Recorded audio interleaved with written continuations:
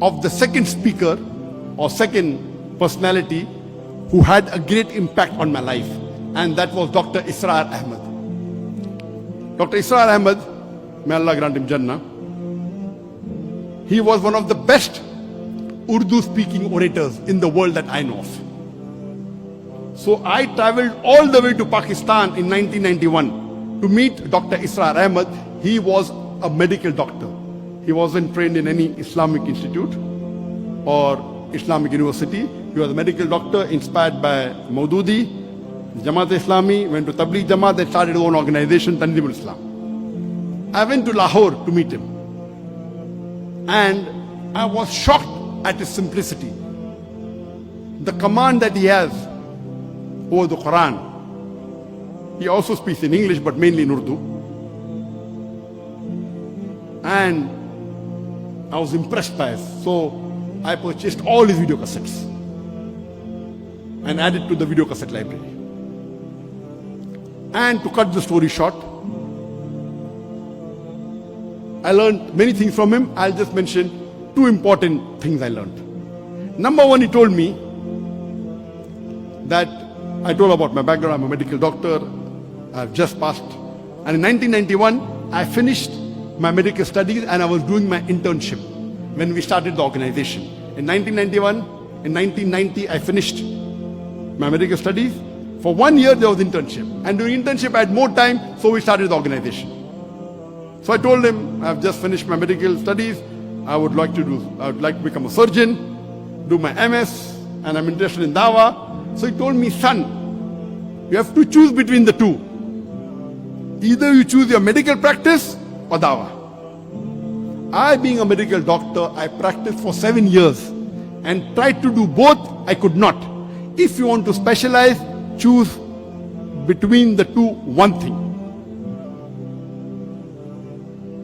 Then, after his guidance, I chose to become a Dai. The second thing I learned from him was, he told me that if you want to become a Dai, see to it that you make your personal needs the minimum. I said, why?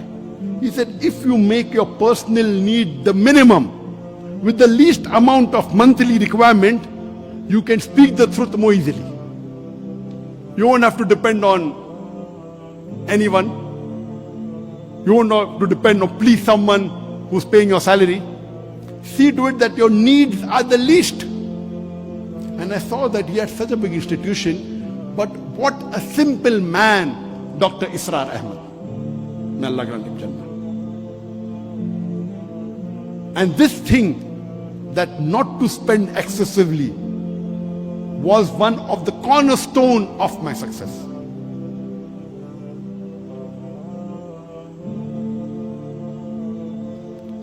Just in case I forget,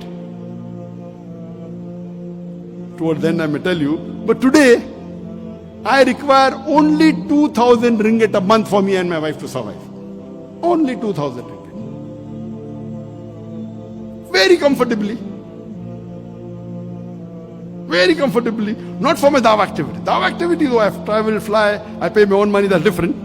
That may be in large amount, but for my personal needs, 2,000 ringgit is sufficient. In Bombay, it was 40,000 rupees. Here it is 2,000 ringgit, sufficient. Inshallah, time permits, I'll come to it later on. So these two things I learned from Shaykh Ahmed Didan. And when I came back, I told my parents, initially when we started the organization, Islamic Research Foundation, I told my parents I will only be giving 2 hours a week.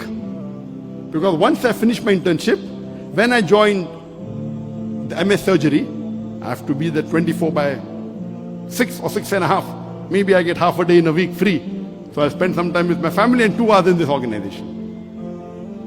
But then I decided I will not do my post-graduation. I told my parents, I want to give 2 hours a day for Dawah and the balance time for my medical practice. My father had a roaring practice. My elder brother, Dr. Mohammed Naik, also was a doctor.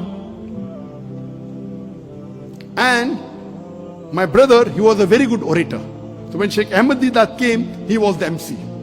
because he was the Secretary General of his medical college. Very good orator. Not an Islamic speaker, but a general orator. So that's how Sheikh Didat was impressed. So I told my parents, 2 hours dawah, remaining medical practice. After a couple of months, I said 50% dawah, 50% medical practice. They said no problem. Then I said 2 hours medical practice, remaining dawah. They said no problem. Then after maybe a year or so, I said full-time dawah. They said no problem.